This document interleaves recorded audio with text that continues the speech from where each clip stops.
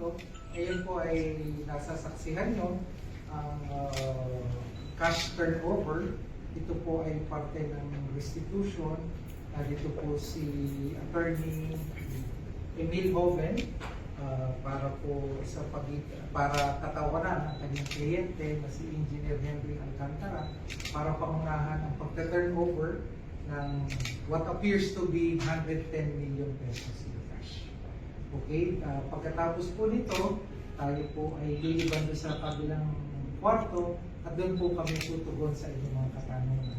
Pagkatapos din po nito, gagampanan na naman po ng Bureau of Treasury kasama po ang mga kapatid natin sa Land Bank para po i-validate yung cash count nitong halagang nasa akin. Okay?